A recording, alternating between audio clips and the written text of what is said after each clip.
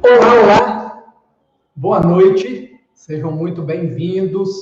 Estamos aqui mais uma vez, mais uma quinta-feira, no programa As Cartas do Evangelho. E hoje, olha que alegria, olha quem vai compartilhar com a gente essa noite de estudos, o meu amigo Hélio Tinoco. Seja bem-vindo, Hélio, que alegria receber você aqui no programa. Muito obrigado, meu amigo.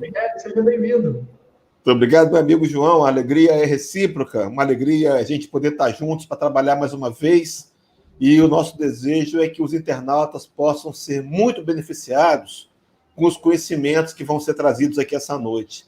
Na verdade, viemos aqui na intenção de olhar os nossos corações, analisar os nossos sentimentos.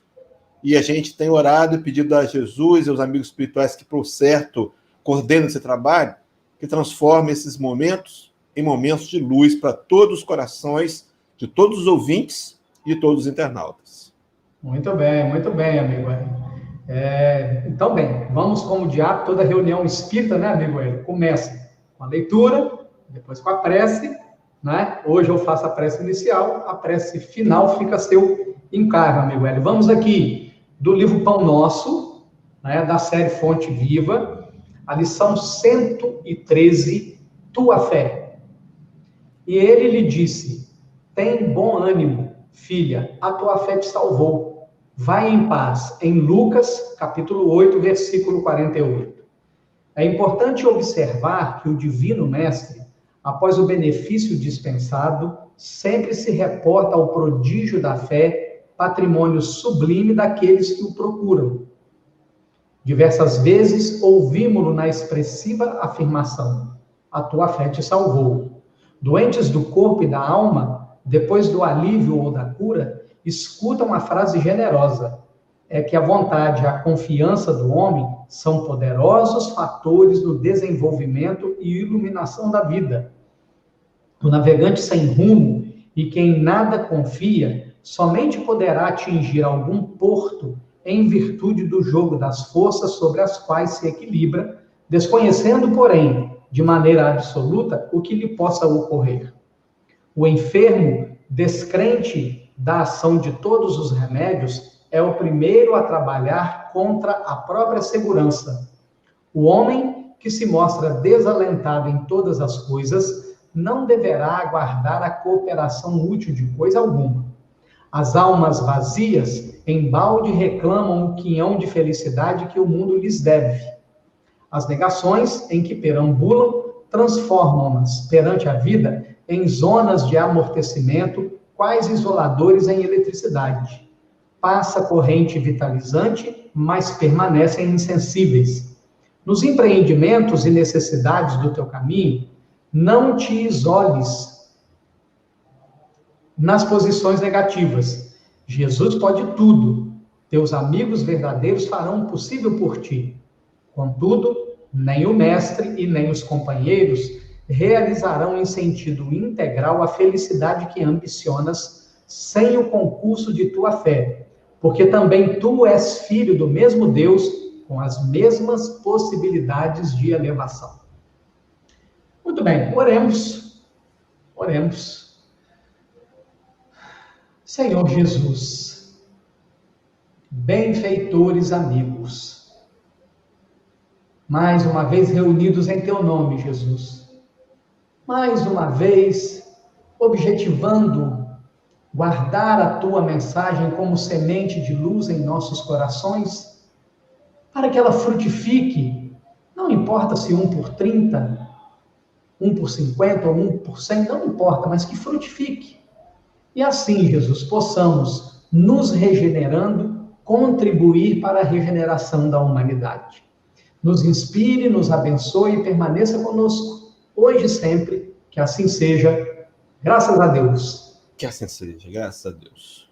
Muito bem. Hoje, amigo Hélio, olha que coisa bacana, né? Hoje nós estamos dando pontapé inicial nas cartas, né? Os programas anteriores foram programas onde nós fizemos uma espécie de introdução para conceituar as cartas e por isso buscamos lá no capítulo 7 da segunda parte do livro Paulo e Estevão, as Epístolas, né? O trecho onde nós vemos que Paulo está se sentindo sufocado por tanta demanda, ele percebe que não vai dar conta, faz uma oração a Jesus num dia, no silêncio, quietinho, e Jesus lhe responde falando que ele poderia escrever, então começa o movimento das cartas. E aí, meu amigo Hélio, para dar uma referência a quem nos acompanha, né, aqui no programa, nós vamos usar como referência das cartas a Bíblia de Jerusalém, aquela considerada pelos teólogos, né, meu amigo Hélio, a menos tendente, vamos dizer assim, né, porque ela é formada, ela foi construída por um pool de teólogos, né, sem nenhuma tendência para um lado ou para o outro, né? Então, a nossa referência é a Bíblia de Jerusalém. E, na sequência agora, nós vamos então fazer a leitura do primeiro trecho aqui das cartas, né? Da primeira carta, e nós vamos seguir a ordem com que elas estão publicadas na Bíblia de Jerusalém. E a primeira então, a primeira epístola aos Romanos, né? O texto sobre o qual eu e o Hélio vamos hoje trocar figurinhas aqui, né? Vai do versículo 1 até o versículo 7, né? E o texto está aí na nossa tela, né? E ele diz assim: endereço, Paulo, servo de Cristo Jesus, chamado para ser apóstolo, escolhido para anunciar o Evangelho de Deus, que ele já tinha prometido por meio dos seus profetas nas Sagradas Escrituras, e que diz respeito a seu filho, nascido da estirpe de Davi segundo a carne, estabelecido filho de Deus, com poder por sua ressurreição dos mortos, segundo o Espírito de santidade, Jesus Cristo, nosso Senhor, por quem recebemos a graça e a missão de pregar, para louvor do seu nome, a obediência da fé entre todas as nações, das quais fazeis parte também vós, chamados de Jesus Cristo, a vós todos que estáis em Roma, amados de Deus e chamados à santidade, graça e paz da parte de Deus, nosso Pai, e do Senhor Jesus Cristo. Então, ou seja, amigo Hélio, nós vemos aí, primeiramente, uma espécie de uma apresentação, né? É como se Paulo tivesse colocando as suas credenciais, né? Introduzindo o que ele vai dizer na sequência, né? Chama a atenção, e aí logo na sequência, vou passar a palavra para você, amigo Hélio, de que a identificação na Bíblia de Jerusalém, né, do versículo 1 ao 7, é o endereço. A palavra, o meu querido amigo Hélio de novo. Então, João, olha só, na verdade, para entender, eu imagino que, infelizmente, eu não pude assistir os programas anteriores. Nós temos uma demanda de atividades todos os dias, graças a Deus, na proposta de pregar o Evangelho de Jesus, mas eu imagino que provavelmente tenha sido dito nos programas anteriores, pelos companheiros que participaram com você aí, de que as epístolas, as cartas eram endereçadas às igrejas, aos cristãos. Quando o capítulo 7 do livro Paulo e Estevão vai falar dessas epístolas... As cartas eram endereçadas às igrejas. Pode falar, Micael, desculpa. Tá bom, não, tá tranquilo. Então, quando a gente percebe o encontro de Jesus com Paulo, na igreja de Corinto, naquela madrugada, a angústia de Paulo pedindo ajuda, e ele é revelado que ele receberia a assistência mais próxima de Estevão. Então a gente entende que Estevão era o médium de Jesus, para traduzir o pensamento de Jesus. Exatamente. Que havia dificuldades para o próprio Paulo compreender. Então, por isso, a questão das cartas crísticas, serem chamadas crísticas, porque elas direcionadas às igrejas da época, com extensão a nós hoje. Então, meus irmãos, o que a gente vai conversar aqui Não é uma carta endereçada a fulano ou a ciclano, é para mim. Cristão da atualidade, espírita cristão da atualidade, que também precisa das mesmas orientações para poder seguir adiante. Quando João colocou a questão da Bíblia de Jerusalém, a gente sabe que no Brasil nós temos 23 traduções da Bíblia, 23 oficiais. Há entre nós, no meio espírita, um companheiro chamado Severino Celestino, altamente reconhecido, né? Ele é tradutor, ele conhece as línguas que escreveram a Bíblia, e ele recomenda, como bem colocou o João, a essa tradução da Bíblia de Jerusalém como sendo, vamos dizer assim, a que sofreu menos intervenções, menos interferências.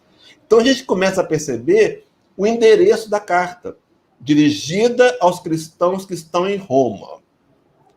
Quando eu precisar me cortar, João, senão eu vou emendando aqui. Mas olha só, essa carta para o cristão de Roma, Paulo fundou uma igreja pessoalmente lá. Paulo foi lá e fundou uma igreja. Por isso que ele está dizendo, ele se intitula servo de Jesus Cristo, chamado a ser apóstolo, escolhido para o evangelho de Deus. Então, observa, como é que foi essa escolha? Você vai se lembrar, capítulo 9 do livro de Atos, o encontro de Jesus, não é? E nesse capítulo 9, quando Jesus vai ordenar a Ananias que vá à pensão de Judas na rua primeira, na rua direita, para socorrê-lo, diz a Ananias, não vai porque esse para mim é um vaso escolhido. A gente começa a pensar, seria um privilégio de Paulo? Não, um privilégio não, porque a escolha, meu irmão, não é para privilégio, mas a escolha para o trabalho. Ele tinha uma missão, e a missão dele era ser aquele que se transformaria no elo que levaria a mensagem para os povos não judeus. Porque até então, até Paulo, os apóstolos da Casa do Caminho imaginavam ainda que o cristianismo, que a doutrina do Cristo, era para os judeus. É claro que inicialmente foi, mas eles não conseguiam vencer esse preconceito. De outros povos, não, eles são os povos, eles eram os povos escolhidos, eles eram os melhores, né? Trazia essa ideia, e foi difícil para Paulo, acontecendo vários embates, mas enfim, o preconceito que muitas vezes nós hoje temos que vencer em nós mesmos. Essa luta interior para entender o movimento mais amplo da fraternidade, todos somos irmãos. É claro que isso é muito teórico, ainda da gente está muito impregnado a ideia trazida do passado, mas enfim, Paulo trabalhava e se intitulava como sendo o apóstolo. Tem uma referência no livro de Abacuque, um dos pequenos, dos profetas menores, que Abacuque citaria a vinda de Paulo de Tarso. Isso aí é uma questão dos estudiosos do apóstolo Paulo, né?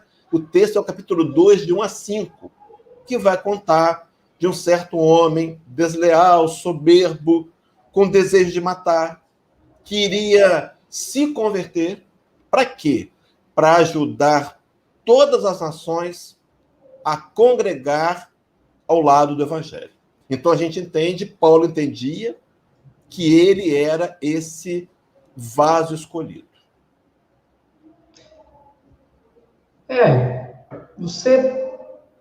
Você mexeu numa questão aí que eu entendo que ela é extremamente pertinente, né? É quando você disse assim, as cartas evangelho é para mim, são para nós, trabalhadores da última hora nos dias atuais. Eu sempre tive essa noção, de que o evangelho é em primeira pessoa. Apesar de perceber que muitas pessoas leem o evangelho em terceira pessoa. O que significa ler o evangelho em terceira pessoa? Significa assim, nossa, aquela fala do Hélio, do sujeito rebelde, e não sei o quê. Eu lembrei do fulano de tal. Nossa, estou lendo um livro aqui agora, esse livro é a descrição do Beltrano. Então, ou seja, nós estamos sempre, de alguma maneira, usando os textos sagrados, para encaixar os outros e nunca nós nos encaixamos nos textos sagrados. E aí, meu amigo velho, eu gostaria de trazer o texto de volta aqui para a tela, para dentro disso a gente, né, eu vou fazer um destaque aqui no texto, ó, que ele vai falar exatamente disso. Né? Olha bem como ele se apresenta. Paulo, servo de Cristo Jesus. Eu te pergunto, amigo Hélio, está faltando servo e sobrando senhor no movimento espírita? Rapaz, que pergunta capciosa, né? Mas nós temos que falar, porque diz que o verdadeiro amigo não é aquele que diz o que eu quero ouvir, é o que eu digo que eu preciso ouvir. Tá faltando servo. E não está faltando de pouco, não. Diz o Nazareno lá naquele episódio com os seus apóstolos que rogai ao Senhor da seara que envie ceifeiros, a seara é muito grande, está faltando trabalhadores, e está faltando trabalhadores que se tornem servos. Que queiram, porque o servo é aquele que é o escravo, né? O servo é aquele que trabalha sem querer receber nada de volta, e está faltando isso. A gente ainda, infelizmente, no nível evolutivo do nosso movimento espírita, né, de modo geral, que é formado por pessoas imperfeitas como nós, ainda queremos angariar algum retorno, um privilégio, alguma vantagem, fato de um processo de ações repetitivas, né? Mas o que é ser servo, né? Jesus foi o maior exemplo de servo de Deus. Eu acho que Paulo entendeu o exemplo de Jesus e ele se intitular Paulo, servo de Jesus Cristo. Observe, irmão, só um detalhe rapidinho. Você vê que é a primeira carta que ele escreve depois daquele encontro que Estevão ia assessorá-lo, primeira carta. Primeiro versículo. Então ele está dizendo para a igreja, para as igrejas, para você e para mim, a importância de ser servo. Será que estamos dispostos, né, a servir voluntariamente, desinteressadamente, dentro do meu limite, usando os recursos que eu tenho? Porque o convite ao serviço não é um serviço ao extremo, à fadiga, o total desgaste do trabalhador, não. É dentro das minhas possibilidades, que eu consigo avaliar. Mas será que eu tenho sido servidor? Será que eu tenho realmente feito o trabalho de Jesus desinteressadamente? Está faltando servidor. Está faltando servidores. Mas quem somos nós para condenar os que não se propuseram ainda a sê-lo? A questão está, será que eu tenho sido servidor? Será que eu tenho tentado ser um servidor melhor? Porque eu imagino que todos nós queremos servir a Jesus, temos consciência disso. Eu imagino que, como espírita, a gente está diante de uma oportunidade extremamente preciosa de autoconhecimento, de buscar uma aceleração, um avanço, um upgrade na nossa evolução moral, que agora tem a ferramenta. A gente tem a ferramenta em mãos. Mas por que não lançar mão? Né? Talvez bloqueados aí pelo orgulho, pela vaidade, pelo egoísmo. Então, esse primeiro momento, né, Paulo, servo do Senhor. Então, ele poderia ele antigamente fazia, sabe como? Saulo, doutor da lei. Saulo estudou com Gamaliel. Não, agora... Você acha que seria pertinente, dentro dessa linha de raciocínio que você está conduzindo aí, dizer assim, que tem gente no movimento espírita que se apresenta assim, fulano de tal, orador, escritor, médium. Eu tenho uma preocupação com isso, Hélio, pessoal, e assim, vejo algumas casas espíritas que eu vou levantar aqui, apenas para a gente refletir, até porque quando a casa pede, né, Hélio, nós entendemos que nós somos convidados, né, e nós temos que nos submeter à regra dos nossos anfitriões. Mas tem casa que pede a nossa formação profissional, tem casa que pede o nosso currículo, nossos títulos acadêmicos, né? Quando a mim, Hélio, me parece que o título de servo, né? Porque nós não estamos numa seara profissional, né? Nós estamos numa seara de trabalhar o reino de Deus no coração do homem, né? Isso me traz um pouco de preocupação, amigo Hélio. Você, como você vê isso? João, você lembra quando Paulo de Tarso escrevendo, na carta que vai chegar depois, Gálatas 2:20, Paulo diz assim: já estou crucificado com Cristo e vivo não mais eu, mas o Cristo vive em mim, e a vida que agora vivo, vivo na fé do Filho de Deus, o qual me amou e se entregou por mim. Eu penso que na ausência de não podermos ainda assumirmos servos, a gente substitui pelo currículo, né? Pelo menos alguma coisa, né?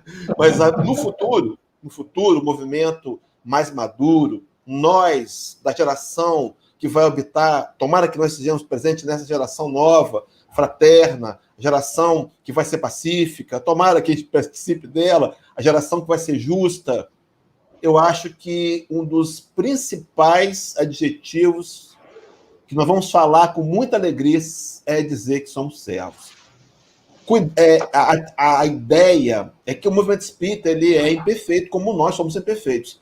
E ainda se traz muito a vaidade, tem muito cuidado, tem que ter muito cuidado, né? Porque, às vezes, o título de doutor, o título de que exalta a personalidade, possa até ser visto como um antitestemunho do espiritismo.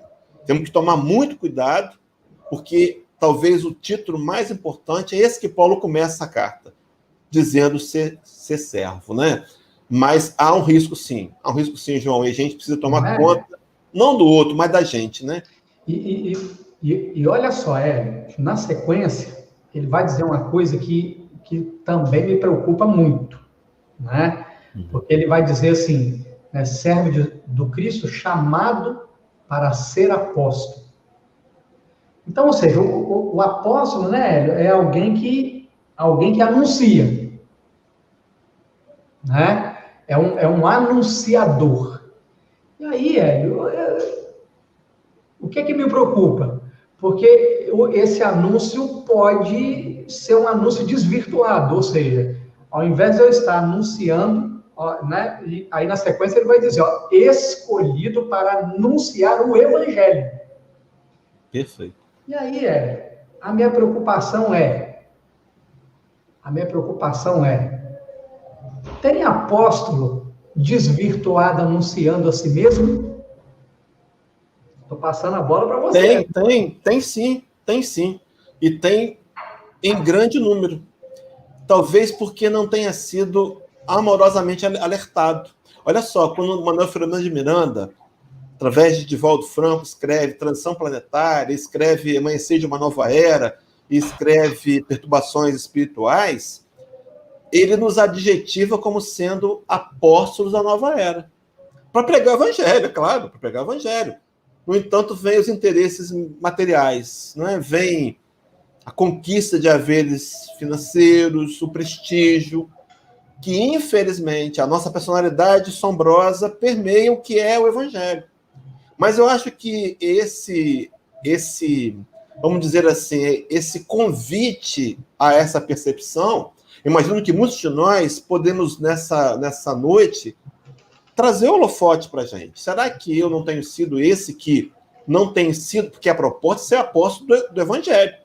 Será que eu tenho testemunhado na carta aos Coríntios, né? É Coríntios mesmo que Paulo vai falar que nós deveríamos tornar cartas do evangelho, cartas vivas. Então não posso me anunciar. Não é o mensageiro que é importante, é a mensagem que é importante. Agora, se a mensagem não for a mensagem do Cristo, se for a minha mensagem, ela pode estar comprometendo a visão global do espiritismo. Você lembra quando... É Gabriel Delane? Não, é Leon Denis. Não. É Camille Flammarion, escrevendo no prefácio do livro No Invisível, e misturei tudo agora, hein? Ele vai dizer assim, daqui a pouco eu lembro e me corrijo. O espiritismo será aquilo que os homens fizerem dele. O que temos feito, espiritismo? Famosa, né? Não é?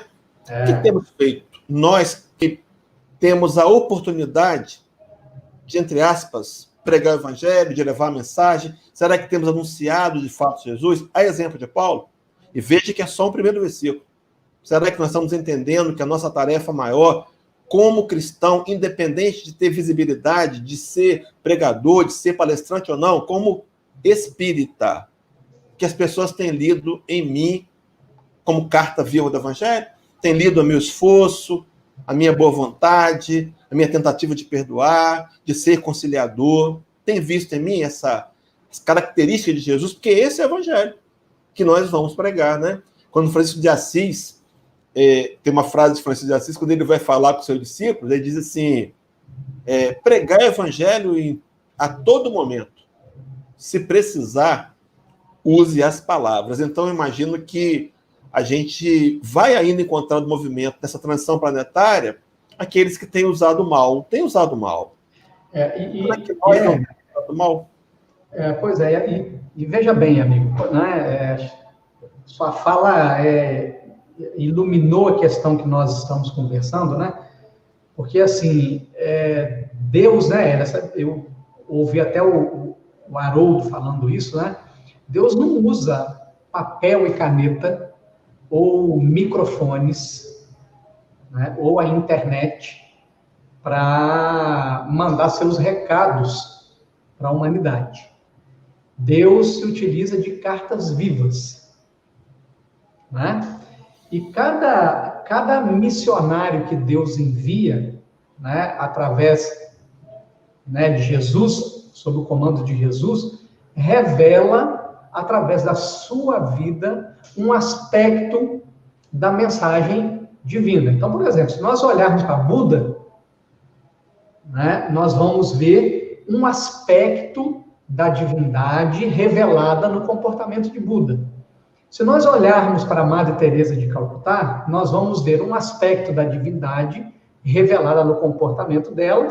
Se nós olharmos para Francisco Cândido Xavier, nós vamos ver um aspecto da divindade na vida de Francisco Cândido Xavier, e Jesus é um aspecto global da divindade diante dos nossos olhos. E aí vem o questionamento, se torna inevitável, meu amigo Hélio, né? O que é que se reflete já no nosso comportamento, né? Já que, Paulo, né, servo de Jesus, chamado a anunciar o Evangelho.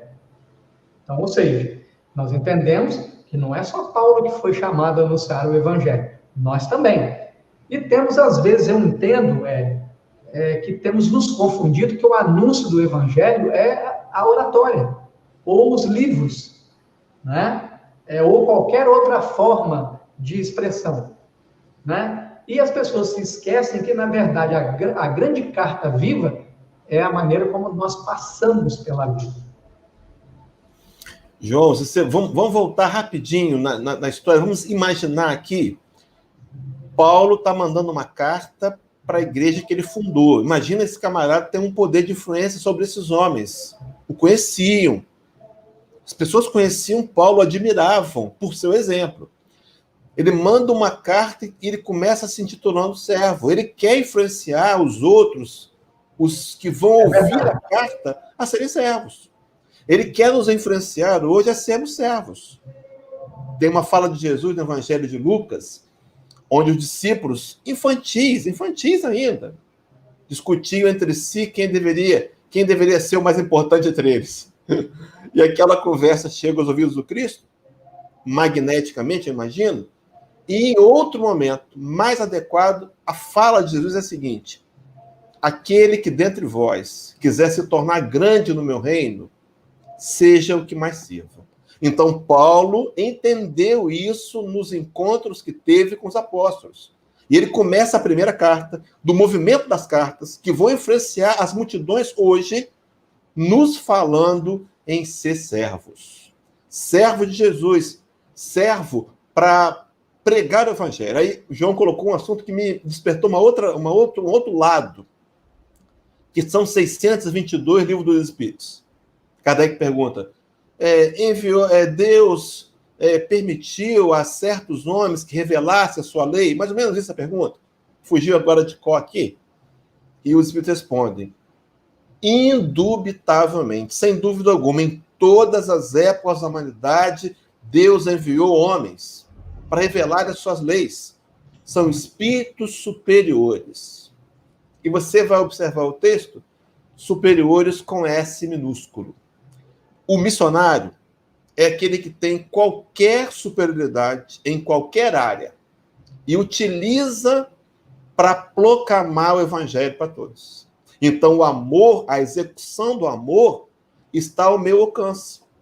Ao alcance de qualquer um de nós, que tomamos uma certa consciência de que viemos para ser servos de Jesus. Não dá mais para discutir, meu irmão, não dá mais para questionar, porque as nossas desculpas têm sido para não ser servo. E não podemos não ser servos. É um fato crucial. E agora, o que fazer com isso?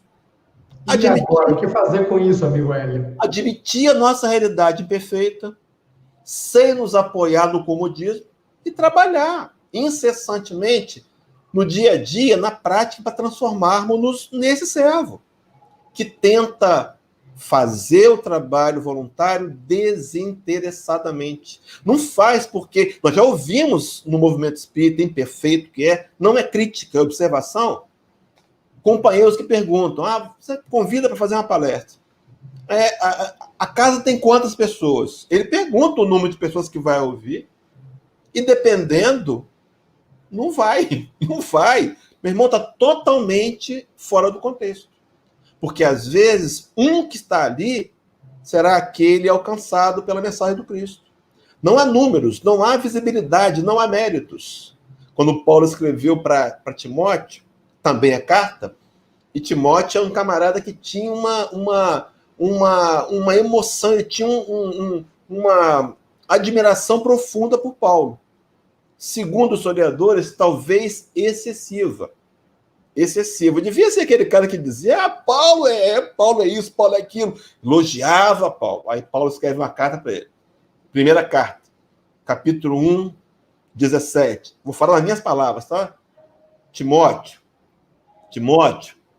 a Jesus Cristo, toda honra, toda glória, todo louvor.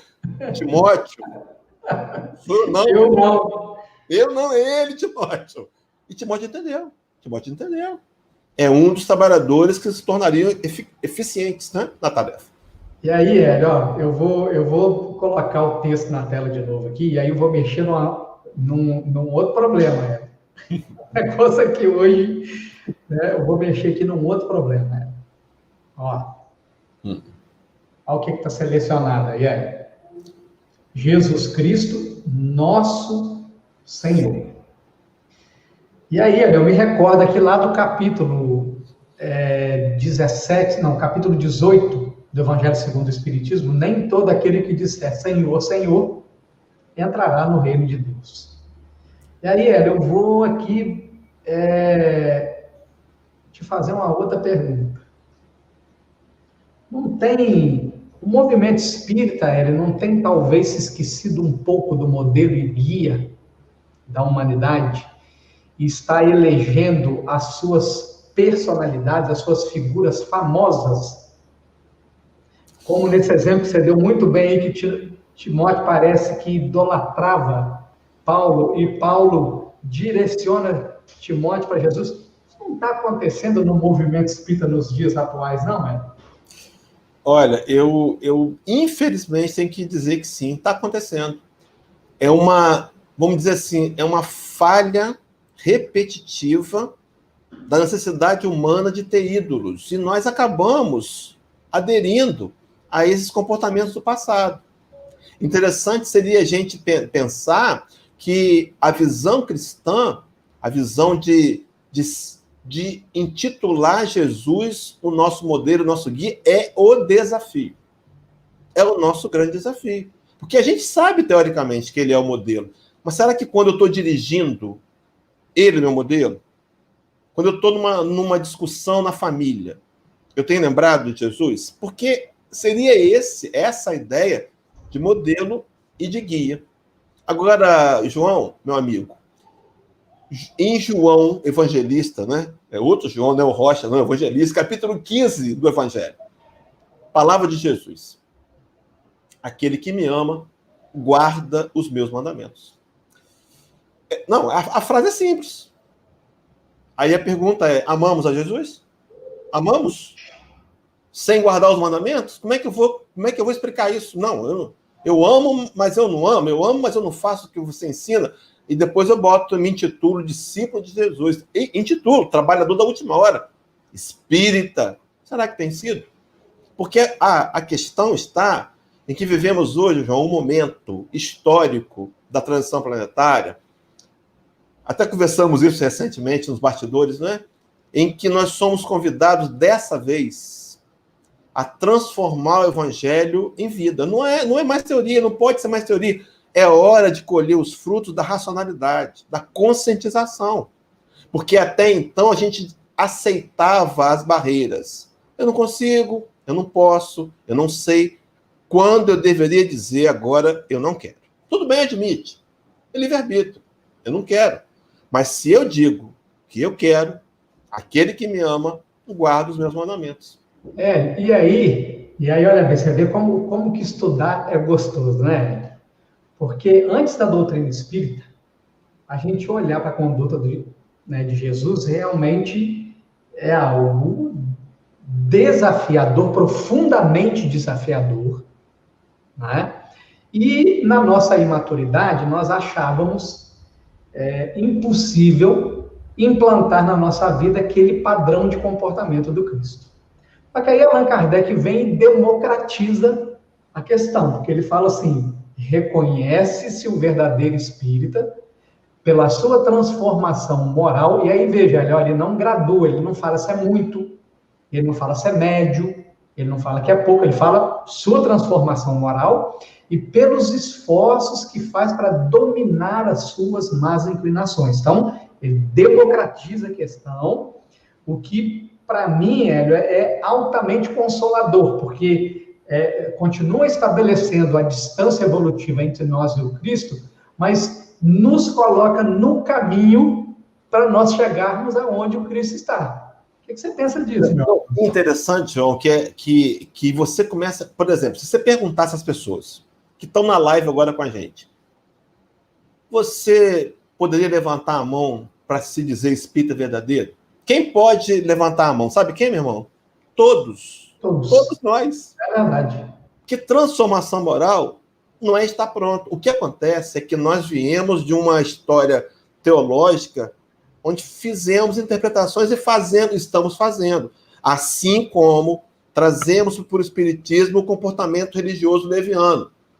Ser religioso, mas não ser espiritualizado. Nós estamos trazendo.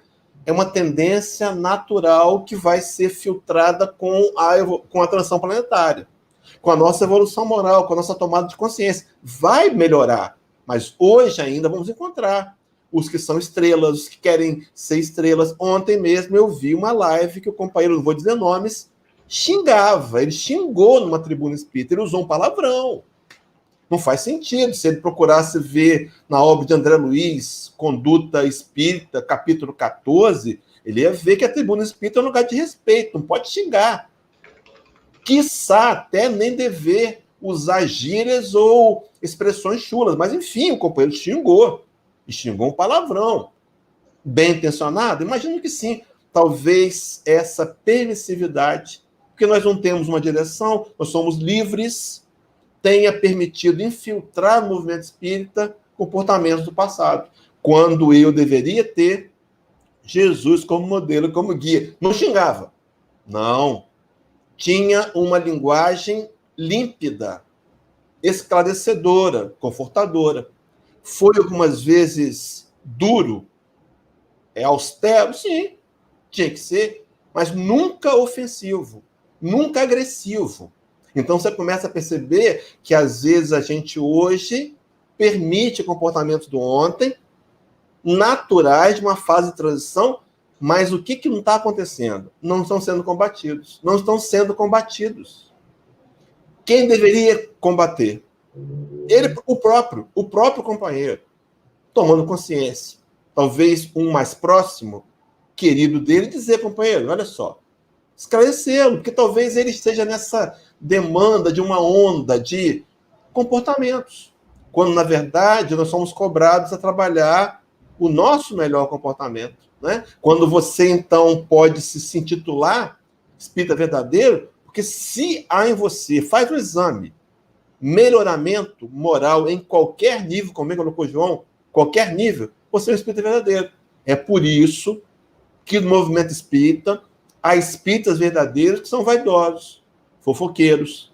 Não tem problema. O problema é não estar combatendo a vaidade e a fofoca, porque se acomodam. Eu sou assim mesmo. É assim que fulano se espelha naquele que ele idolatra, e aquele que idolatra, não diz, Hélio, a Jesus Cristo toda honra, toda glória, todo louvor para sempre, não me diz. Ele alimenta. Aí esse se torna um pequeno seguidor, que também quer ser idolatrado. Sabe o que acontece, João? Vira concorrência. João, palestrante, é melhor do que fulano. Não tem melhor do que ninguém, nem eu sou melhor do que ninguém, nem ninguém melhor do que eu. Nós somos seres únicos, trabalhando como podemos. Não pode comparar, mas a gente compara. A gente inveja o companheiro, inveja. Queria falar igual o Haroldo. Não, o Haroldo fala igual o Haroldo. Rossandro Clint fala igual o Rossandro Clint. João Rocha fala igual o João Rocha. Nós temos que dar conta para Deus se cumprimos o compromisso ou não. E voltando só para fechar, João, para ser servo, para ser efetivamente, como você bem colocou aí, chamar Jesus Cristo de Senhor.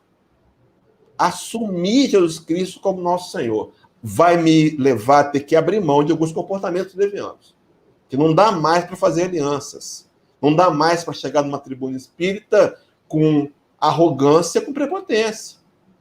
O Nazareno era humilde. Ele era simples. Nos convidou a ser simples. Por que aceitamos, então, que os seus mensageiros... Meu irmão, eu imagino que assim a mensagem nem chega direito. E se chega, não beneficia o transmissor. Porque ele não está entendendo, ele não está levando a sério. Se acomodando num processo perigosíssimo, que Manuel Filomeno de Miranda já tinha alertado para a gente. Eles iriam, os inimigos do Cristo, trabalhar agora internamente, eu tentar minar o movimento de dentro para dentro. Meu irmão, infelizmente tem conseguido. Tomara que a gente se perceba disso e não permita mais. Para que agora exaltemos verdadeiramente o nome do Senhor. Jesus Cristo, meu Senhor. Então eu sou escravo. Voltamos no servo? Sou servo. Não é? Será que... E aí, Hélio, olha que bacana, né? Agora eu selecionei aqui um texto um pouco maior, né? Mas certamente muito significativo. Por quem recebemos a graça e a missão de pregar para o louvor do seu nome, a obediência da fé entre todas as nações. Que privilégio, hein, João? A mim, né, Hélio, eu sempre me recordo daquela passagem aonde Jesus, enfim, em vários trechos do Evangelho, Jesus diz, eu vim fazer a vontade daquele que me enviou. Né? Para um espírito crístico, Hélio, né? Não só a lição da humildade, mas, acima de tudo, a lição da obediência. Ou seja, eu já entendi, desde há muito, que os desejos de Deus são os melhores para as suas criaturas. Aonde é que nós entramos em problema? Quando nós confrontamos a vontade de Deus com a nossa vontade, ou seja, nós desobedecemos, tanto que na codificação se fala que quando nós nos aproximamos das leis divinas, nós somos felizes. Quando nós nos afastamos das leis divinas, nós entramos em sofrimento.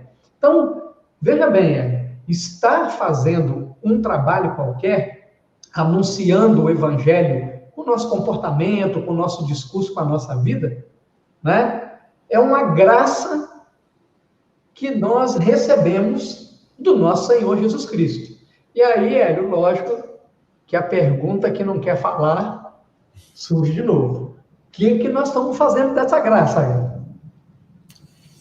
meu irmão João, eu acho que quando a gente voltar para a parte espiritual e passar pelo que Paulo vai chamar na segunda carta aos Coríntios, capítulo 5, versículo 10, do tribunal do Cristo, aquela reunião de avaliação da reunião, e a gente olhar o que tivemos em mãos e não soubemos usar, ou não conseguimos usar, a gente vai ter um sofrimento tão profundo. Quando o Carlos Bacelli escreveu um livro chamado Evangelho de Chico Xavier, um livro até polemizado, porque o pessoal fala como é que Chico só contou isso para ele, mas enfim, eles eram muito amigos. Há um item 17 que Bacelli diz que Chico disse para ele que a pior dor que o espírito mortal pode sentir é a dor de retornar à pátria espiritual e descobrir que perdeu tempo. Meu irmão, minha irmã, será que não seria hora da agora, desse momento, eu olhar para a minha história, eu com seriedade, será que eu tenho pregado o evangelho? Será que eu tenho? Porque a missão é essa, ide pregai a toda criatura, ide ensinar a todo mundo. Paulo tinha a missão de levar a mensagem para o povo hebreu, para o povo não hebreu, para os gentios, e levou. Será que nós temos levado para aqueles que estão ao nosso alcance, meu irmão, que nós temos a obrigação de levar? Depois vamos dar conta disso. E aí, qual é o discurso? Qual é a mensagem? O discurso principal de Jesus. Mateus 4,17. Saiu pela Galileia, pela Judéia, anunciando e dizendo: arrependei-vos, porque é chegado o reino de Deus. É chegado o reino dos céus. Arrependimento. Vou voltar atrás, vou me corrigir, vou me melhorar, porque é chegado o reino dos céus.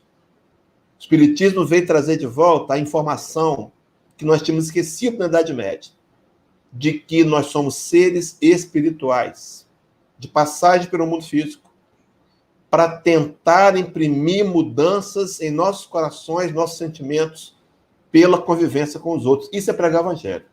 Isso é pregar o evangelho. Porque, às vezes, a gente esquece disso e só usa a tribuna. Tudo bem, é uma etapa. É levar a mensagem, é divulgar, mas se não for respaldado na atitude, e qual atitude? Perfeição moral? Não, a tentativa. Como disse Kardec, o verdadeiro homem de bem é aquele que estuda suas próprias imperfeições e trabalha incessantemente em combatê-las, para poder dizer no dia seguinte que algo traz em si de melhor do que na véspera. Então, se eu estou tendo, meu irmão, o privilégio de ajudar alguns na expansão do reino de Deus entre nós, será que eu tenho utilizado dessa ferramenta? Ou tenho sido, como bem colocou o João, uma pedra de tropeço? Às vezes sou, porque eu digo uma coisa e a minha atitude em casa, como disse Emmanuel, né? Eu sou um tirano doméstico. Então, eu estou pregando lá paciência, tolerância, mas aqui eu não estou tentando me esforçar a ter. A incoerência não faz sentido. É aquela frase, né, de aquele filósofo americano chamado Ralph Waldo Emerson. O que você faz, fala tão alto que as pessoas não escutam o que você diz. Não adianta discurso. São atitudes. Não é verdade? É muito bom. E o convite dessa vez, meu irmão, minha irmã, a gente aproveitar. Porque nunca tivemos tanto esclarecimento, nunca tivemos uma ferramenta tão poderosa para alavancar a evolução moral como temos agora. Não podemos tratar essa ferramenta como tratamos no passado, o cristianismo. Até porque, Hélio, olha só, nós selecionamos um outro trecho aí, e aqui tem algo importante, parece que não, né? A vós todos que estáis em Roma, amados de Deus e chamados à santidade. E aí, veja bem, evangelho é preciso tirar da letra o espírito, né? Então, veja bem, Roma, né? O que significava Roma na época de Paulo, na época de Jesus? Era o centro do império terreno. Portanto, fala do mundo, das paixões, das conquistas, dos vícios, da corrupção, né? Então, ou seja, o primeiro campo de trabalho do evangelho é nas pessoas que ainda se acham do mundo. E aí, Hélio, a história nos mostra que quantos foram chamados a serem servos, apóstolos, a anunciar o evangelho, e ao invés de cumprirem esse papel, usaram desse encargo em proveito próprio para as conquistas de Roma, da Roma mundo material dentro da gente, né? Da Roma vícios, paixões, vaidade, orgulho. Te parece isso, amigo Hélio? João, deixa eu só pegar uma mensagem subliminar. Você vê, Paulo chega em Roma, usava a estratégia das sinagogas, né? Rapidamente, ninguém sabia que Saulo tinha se convertido, né? Chegava lá o doutor da lei, mal vestido, é claro, não sem aquela pompa toda, mas chegava numa sinagoga e o pessoal olhava para ele, olha lá, o doutor da lei dava a tribuna para ele. Ele pregava o evangelho. Pregava o evangelho, saía de lá apedrejado, tomava uma surra, 70 chibatadas e tal, mas ele falava com tanta veemência que os que escutavam entendiam. Compreendiam agora por que a vinda do Cristo. Tá. Roma, pomposa, cheio de prazeres materiais, mas aqueles homens não estavam felizes. Não estavam felizes, eles queriam algo mais. Meu irmão, a história está se repetindo. Larga essa ideia de que a matéria vai matar a sede da alma. Não vai. Não vai. Eu vou te garantir, não vai de novo. Tenta para se frustrar mais uma vez. Não vai. Aqueles romanos aceitaram e fundaram uma igreja. Fundaram uma igreja de Jesus Cristo, que com certeza, a história não detalha, foi se expandindo. Sabe por quê? Porque aqueles homens eram servos. Não tinha tecnologia, não. Não tinha o data show. Não tinha, não. Tinha um pergaminho. A carta de Paulo, eles não sabiam ler, não. Eles ouviram a carta de Paulo. Gente, Paulo mandou uma carta. Todo mundo ouvia. Eu não sei como é que fazia, não. Contava para os outros. E esses homens se tornaram os cristãos primitivos, enfrentando o Império Romano. O Império Romano, não externo, não, mas o Império Romano interior dos seus próprios prazeres, né?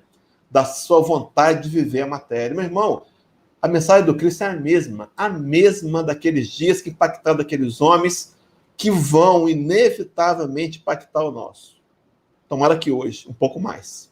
Tomara que eu saia daqui pensando, puxa, eu só queria ver uma live. Não, tomara que eu saia daqui pensando, puxa vida, essa mensagem tem que mexer com o meu coração. Eu preciso sair daqui. Meu irmão, esquece tudo que nós falamos aqui, tá? Essa frase só. Preciso sair daqui querendo ser servo. É só isso. Amigo Hélio, o negócio é muito sério, né? Quando a gente fala de, né, Roma como símbolo do mundo, né? Os espíritos falam na codificação que a grande obra do espiritismo é destruir na gente o materialismo, né? E materialismo não apenas entendido como posse do dinheiro e dos bens materiais, mas o materialismo como sentido de que a vida verdadeira é do berço ao túmulo, né? E que por mais que nós digamos que nós somos espíritos imortais, que nós cremos na reencarnação, que nós acreditamos na comunicabilidade dos espíritos, né? A maneira como nós vivemos no mundo material é o que realmente aí entra de novo a frase do filósofo, né? O que eu faço grita tão alto que ninguém escuta o que eu digo, né? Então, ou seja, ora, se a doutrina espírita já me atraiu, e atraiu e continua atraindo, e a gente espera que sempre multidões, né? A fim de que as consciências se libertem exatamente disso, né? Se eu já fui atraído pela doutrina espírita, mas ainda não fiz um movimento de começar a adequar a minha vida à proposta da doutrina espírita, né? Significa que se eu estou alocado numa casa espírita qualquer e estou trabalhando, eu ainda não estou trabalhando pelo Cristo, né? Na verdade, eu trabalho, eu preciso entender qual é a minha motivação de ir à casa espírita, qual é a intenção que me leva na casa espírita, né? Porque, e aí eu me recordo do Haroldo mais uma vez, quando ele diz assim, o fato mais espetacular do Evangelho não foram as curas, não foram as desobsessões, não foram as ressurreições. Fato mais espetacular do Evangelho se deu no domingo de Páscoa, quando Madalena vai ao túmulo, o túmulo está vazio, ela fica espantada, aparece lá os dois varões, conversam com ela, depois ela ouve a voz. E aí ela se depara com Jesus ressurrecto, né? Jesus em espírito, né? Glorioso, deixando a mensagem para a gente, ó, vivam o meu evangelho, o resultado é esse. Né? Então, esse é o fato mais espetacular do Evangelho. E eu entendo, Hélio, que esses versículos que nós trabalhamos aqui hoje, tão ricos, né? Creio que se o tempo fosse um pouco maior, né, amigo Hélio? Nós certamente preencheríamos aí com muitas outras questões e reflexões, né? Nos convida exatamente a isso.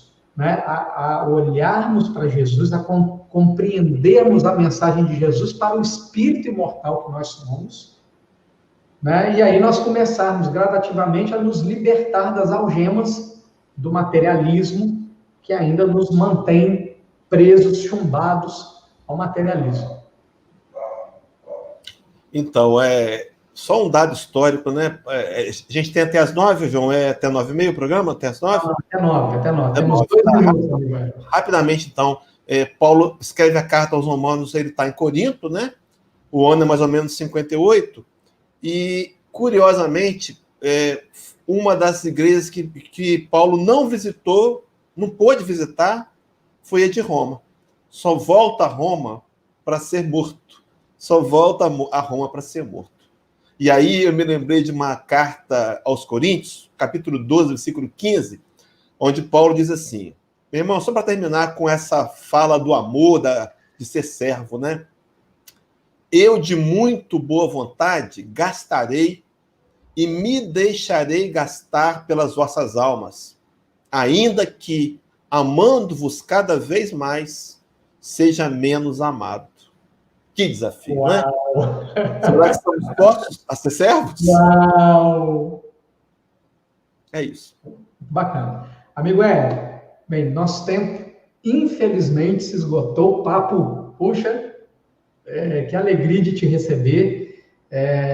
Vou fazer o convite a vocês que estão conosco aqui, que retornem na próxima quinta-feira. Nós estaremos recebendo por bate-papo o amigo Aloysio Silva, né? Futuramente, vamos ver se nós encontramos uma brecha aí na agenda concorrida do amigo para ele retornar. Vocês viram que o bate-papo foi muito gostoso, muito produtivo, muito proveitoso. Então, quinta-feira que vem, estaremos com o amigo Aloysio.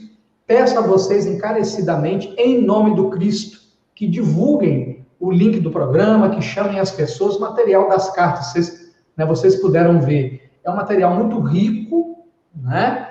Então, por favor, contribuam com o Cristo espalhando o link. Não é nada de natureza pessoal. É realmente para que as pessoas conheçam o conteúdo das cartas, tomem contato, né? E complementem o seu conhecimento do Evangelho com as cartas. Então, amigo sua saudação final a quem nos acompanhou, minha gratidão a você, minha gratidão a ele, e depois da sua saudação final, por favor, faça a prece de encerramento para nós.